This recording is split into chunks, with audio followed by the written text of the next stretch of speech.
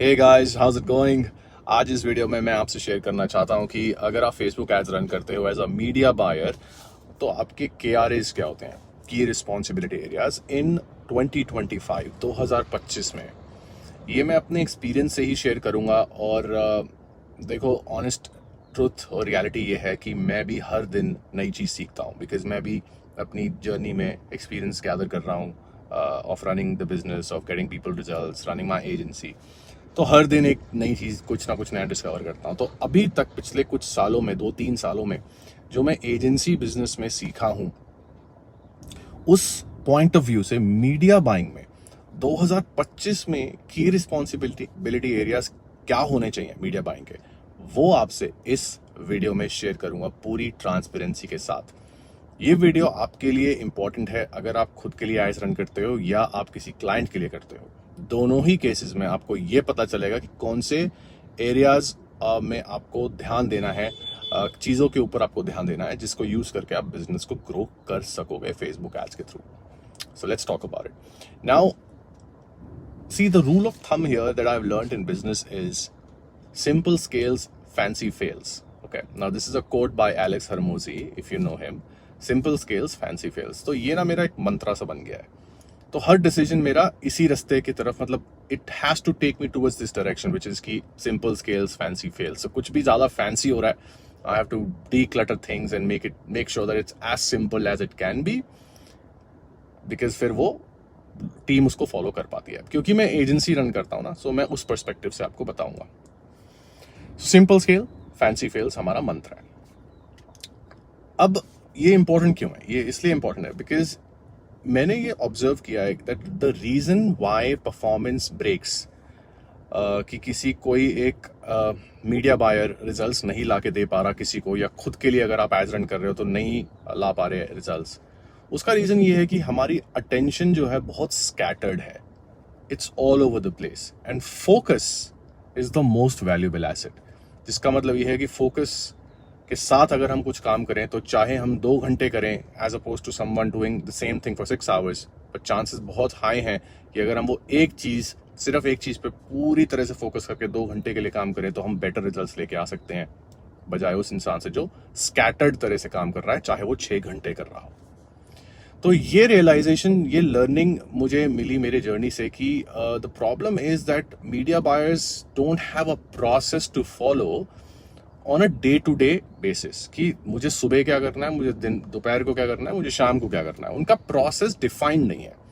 मैं किसी team member से बात कर रहा था, तो जब मैंने उनको हायर किया कि पिछली एजेंसी में आप क्या करते थे अपने जॉब रोल में, तो वो ये बताते थे कि जैसे 10 और चीज़ें मुझसे करवाई जाती थी।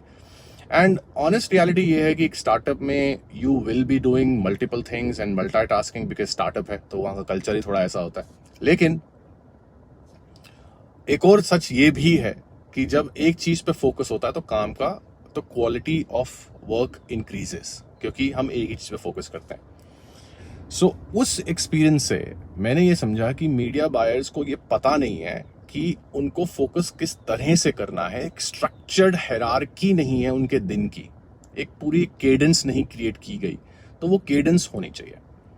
सो सिंपल तरह से समझाता हूं कि मीडिया बाइंग के पर्सपेक्टिव से 2 हिस्सों में हम दिन को डिवाइड करते हैं, फर्स्ट हाफ, सेकेंड हाफ। ठीक है, फर्स्ट हाफ वाले पोर्शन में, which is ideally before 12 PM, Noon time. So before 12 PM तक मीडिया बायर को सबसे पहली चीज जो देखनी होती है सुबह उठ के, वो ये होती है कि hey, do I need to communicate with any client asking for any update? If yes, do this first. So अगर मैं मीडिया बायर हूं, आज मैंने अपने दिन की शुरुआत करी, मानो सुबह 10 बजे से मैं अपना काम स्टार्ट करता हूं। सो 10 AM मैं 10 बजे देखूंगा कि मैंने किसी मेरे एग्जिस्टिंग अकाउंट क्लाइंट से कोई अपडेट लेना है कि नई ऐड के लिए मैंने उसको बोला था कि कोई नई चीज़, ये चीज़ अपलोड कर देना गूगल ड्राइव पे, मार्केटिंग एसेट मेरे साथ शेयर कर देना, लैंडिंग पेज के लिए कंटेंट दे देना, प्रोडक्ट के लिए प्रोडक्ट इमेजेस दे देना। कुछ भी मैंने मांगा पिछले 1-2 दिनों से जो कम्युनिकेशन चल रही है, तो क्या मुझे उस पर अपडेट चाहिए? और 90% केसेस में एक्चुअली चाहिए होता है। तो अपडेट चाहिए तो हम मैसेज करेंगे। तो सबसे पहला काम ये होता है।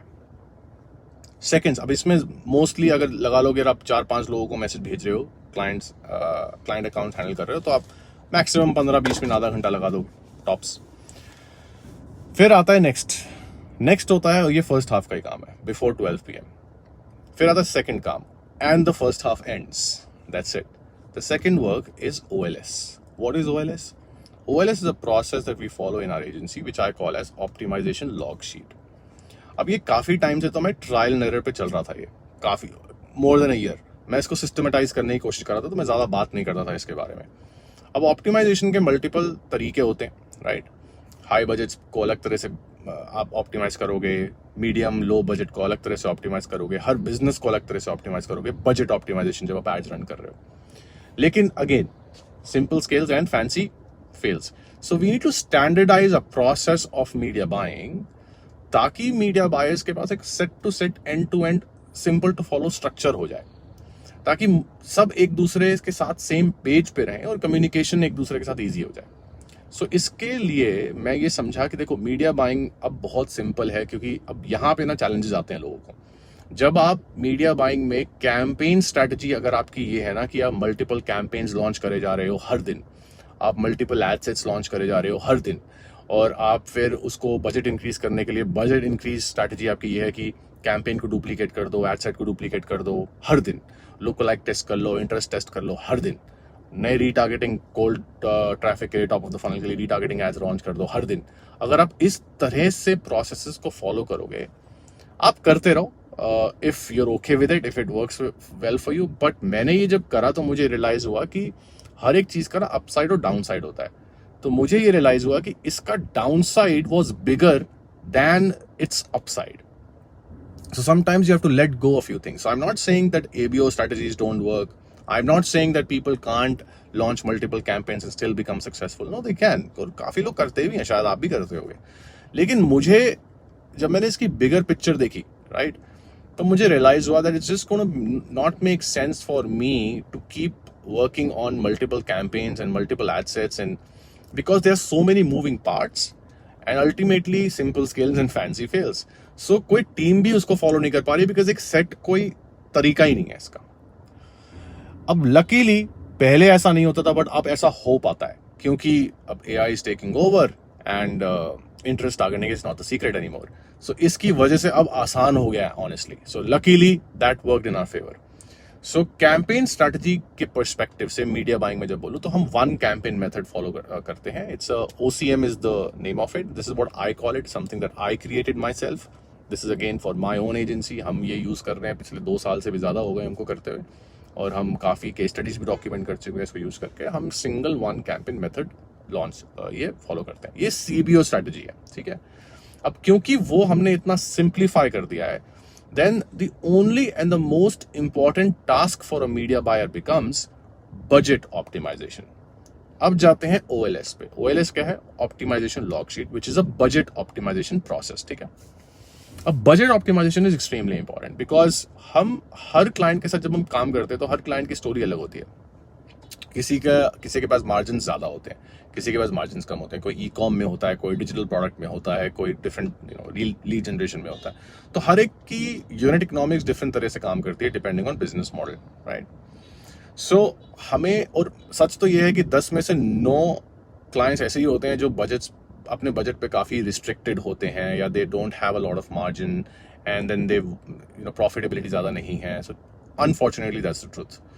सो हमें किसी ना किसी तरह बजट पे अपना काफी रूथलेसली उसको हमें हैंडल करना पड़ता है, बजट को।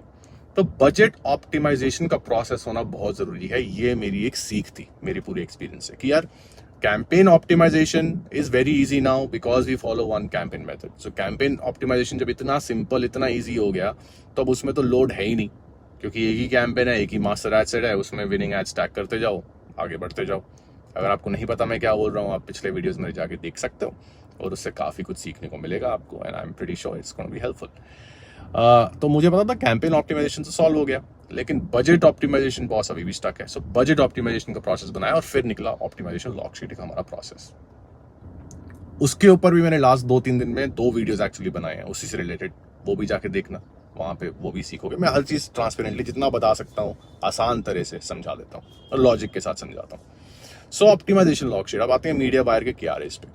सो फर्स्ट हाफ का सेकंड टास्क होता है to get done with OLS, which is optimisation log sheet for each ad account. अब ऑप्टिमाइजेशन लॉग शीट में एक डेली का एक्शन स्टेप होता है जो उनको करना होता है।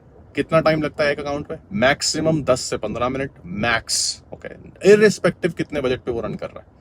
अगर वो 1 लाख भी दिन का स्पेंड कर रहा है तो भी 10 से 15 मिनट ही लगते हैं। क्यों? क्योंकि वन कैंपेन मेथड है, कैंपेन स्ट्रेटजी इतनी सिंपल है, स्ट्रेट फॉरवर्ड है, रिजल्ट्स देती है, तो हम काम कर पाते हैं। तो ये हो जाता है फर्स्ट हाफ, ठीक है। फिर आता है second half of the day which is anywhere before 6 PM, ठीक है। अब देखो टाइम डिफरेंट हो सकता है डिपेंडिंग ऑन कि आप क्या प्रेफर करते हो, किस तरह से काम करना, बट मैं आपको वो बता रहा हूँ जो हम करते हैं या करने की कोशिश करते हैं, एटलीस्ट 80% स्टिक कर पाते हैं इस रूटीन पे, ठीक है। So before 6 PM, before 6 PM क्या करना है मीडिया बायर को? Ads, CRO, funnel optimisation etcetera, ये करना है। डेटा पढ़ना है, गूगल एनालिटिक्स को देखना है, एटसेट्रा एटसेट्रा। एड के आइडियाज निकालने, कैसे निकालने हैं, मीडिया बायर कैसे निकालता है और मीडिया बायर क्यों निकालता है, because that's the new age of media buying. अब media buying is not about managing Facebook ads and only the budget, it's not just about that, because see जब एक सिस्टम सेट हो जाता है ना तो आपको पता है कि अब देखो कोई भी चीज 100% परफेक्ट नहीं होती। लाइक हम we can't have the best of all the worlds, that just doesn't work, right? It just doesn't work like that. So we'll have to manage somehow. कहीं ना कहीं खुद को एडजस्ट करना पड़ रहा है कि we have to let go of something for the bigger good. So अब हमें पता है कि ऑप्टिमाइजेशन का हमारा एक बजट ऑप्टिमाइजेशन का प्रोसेस बन गया है, कैंपेन स्ट्रेटजी, कैंपेन मैनेजमेंट का एक प्रोसेस बन गया है. So when we know we have such a structured process, then honestly there's nothing much left to do, to be very honest. And reality ये है कि एडवर्टाइजिंग की सक्सेस ना मीडिया बाइंग के ऊपर मैं बोलूंगा कि 20% रिलाई करती है, अगर आपके पास सिस्टम सही है तो। सही सिस्टम होने के बाद भी वो 20% ही देगा आपको सक्सेस, मीडिया बाइंग, सिर्फ media buying alone. Actually advertising की सक्सेस एड्स के थ्रू आती है। हम एड्स में क्या बोल रहे हैं, हम किस तरह से वो बोल रहे हैं, हम क्यों वो बोल रहे हैं, हम किससे बात कर रहे हैं, हम किस तरह से मार्केट की डिजायर्स को आइडेंटिफाई करके उसको उस प्रोडक्ट पे चैनल कर रहे हैं हमारे एड स्क्रिप्ट्स में, हम किस तरह से एड कॉपी लिख रहे हैं, हम किस तरह से लैंडिंग पेज की कॉपी राइटिंग कर रहे हैं, हम किस तरह से लैंडिंग पेज को ऑप्टिमाइज कर रहे हैं, हम हेडलाइंस कैसे लिख रहे हैं, हम हुक्स कैसे लिख रहे हैं। और इसकी मतलब सिर्फ सरफेस लेवल अंडरस्टैंडिंग नहीं कि किसी ने मुझे टेम्पलेट दे दिया, मैंने यूज कर लिया। देखो टेम्पलेट देके यूज करना अगर इतना ही आसान होता है यार, हर कोई नहीं चला रहा होता BMW, मर्सिडीज। इतना आसान नहीं है, ठीक है। इट्स नॉट इजी, सिंपल है बट आसान नहीं है। सिंपल का मतलब ये है कि अगर आपके पास सिस्टम्स हैं तो प्रोसेस सिंपल बन जाता है। आसान इसलिए नहीं है because you really need to become good at doing it, मतलब आपको बहुत स्किल्ड होना पड़ता है, and skill comes with time and a lot of practice, so it can't come to you overnight. So इसीलिए new age of media buying ये है कि एड्स लिखनी आनी चाहिए, परफेक्ट ना हो चाहे, it is completely fine. You may not be the best copywriter, that's completely okay, no worries at all. But you need to know, you need to come up with great ideas. So हमारे साथ जो media buyer, जो हमारा in house मेरा media buyer है मेरे team में, वो he is not the best at communication और English is not his first language, he is not comfortable with it, okay? लेकिन मैं बता रहा हूँ कि उसमें इतनी क्रिएटिव नैक है कि वो मेरे तक फर्स्ट ड्राफ्ट ऑफ आइडियाज ले आता है, फिर उस ड्राफ्ट से हम एक नया एड कॉन्सेप्ट बना पाते हैं। So this makes my execution faster because now I'm not drawing something on a plain whiteboard. Now I have something already to then build further on it. And that becomes easier for me to execute because I already have a point of reference now. So मेरी execution fast हो जाती है and as a team effort better हो जाता है काम. So अब media buyer ही ad ideas के ओर और इसका logical reason भी समझाता हूँ। देखो media buyer डेटा देखता है। अब मैं मीडिया बायर को बोलता हूँ यार देख हमारे पिछले 5 दिन की परफॉर्मेंस बहुत बढ़िया चल रही है, तो मेरे को बता कि सबसे हमारे मास्टर एड सेट में जो हम कैंपेन स्ट्रक्चर फॉलो करते हैं, हमारे मास्टर एड सेट में सबसे ज़्यादा स्पेंडिंग ऐड कौन सी है पिछले 1 हफ्ते की, 5 दिन की, वो बताता है कि XYZ ये ऐड है। तो मैं बोलता हूँ ओके इस ऐड के मुझे कुछ स्टैट्स बता, तो बोलता है क्या स्टैट्स, तो मैं बोलता हूँ जैसे हुक रेट और होल्ड रेट बता, तो मुझे हुक रेट होल्ड रेट बताता है। तो मैं बोलता हूँ ये हुक रेट बेस्ट चल रहा है क्या? उसने कहा, हाँ। तो मैंने बोला ओके, इसका मार्केटिंग एंगल क्या है, एड एंगल क्या है, किस डिजायर को हम सर्व कर रहे हैं, let's say e commerce business के लिए कर रहे हैं, तो किस तरह हम एड को ओपन कर रहे हैं, क्या विजुअल है, क्या डिजायर है, स्पेसिफिक डिजायर जिसको हम केटर कर रहे हैं इस एड में, और कौन सी मतलब किस तरह से हम कौन सा फीचर बेनिफिट किस तरह से प्रोडक्ट को पोजीशन कर रहे हैं इस पर्टिकुलर एड में, मुझे ये इन्फॉर्मेशन दो। तो वो इन्फॉर्मेशन ये मीडिया बायर निकाल लेता है, बिकॉज मीडिया बायर को नंबर्स और परफॉर्मेंस दिख रही होती है।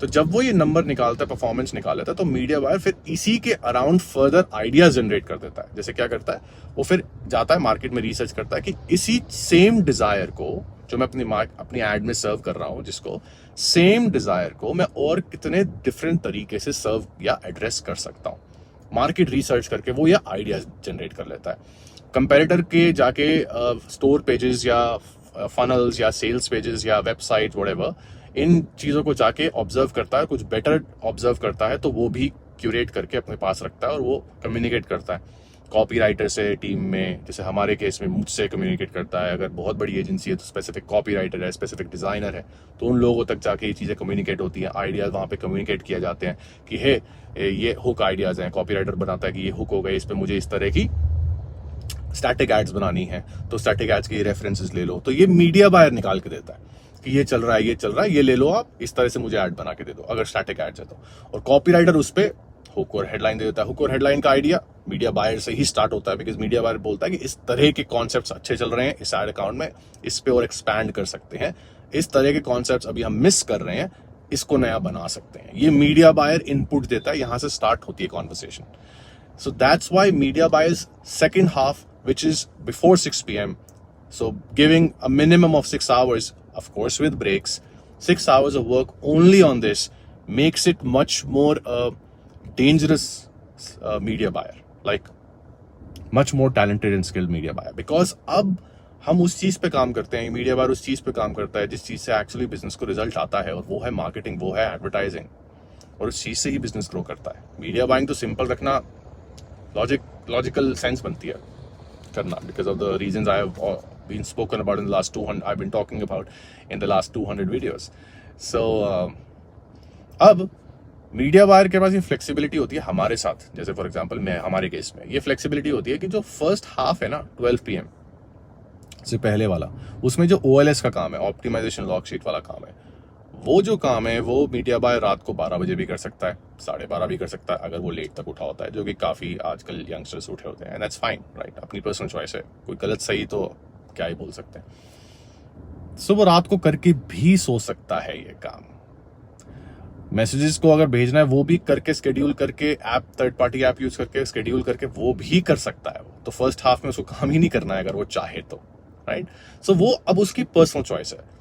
तो अब because we have such a systematic approach of how media buyer operates, it just becomes very easy for a media buyer to perform his or her best, because वो इतने सिस्टमैटिकली काम करता है। अब इसके लिए हर जगह पे सिस्टम्स होने जरूरी हैं, जैसे कि फॉर एग्जांपल, और मैं ये नहीं कह रहा हूँ कि मैं परफेक्ट हूँ, बिल्कुल भी नहीं हूँ, अभी भी सीख ही रहा हूँ यार। And I think I come from a school of thought which goes like student for life. So मुझे लगता है कि I always start my day as a student, a good student, obedient student, और सिर्फ सीख रहा हूँ जो लाइफ सिखा रही है, बिजनेस सिखा रहा है, और उसको फिर बस एग्जीक्यूट करने की कोशिश करता हूँ सच्चे मन से और सही इंटेंशंस के साथ। और अभी भी सीख ही रहा हूँ, तो परफेक्ट तो नहीं हूँ, बट ये पता चल गया कि यही तरीका है। So you just have to keep creating your processes and you have to keep deploying it.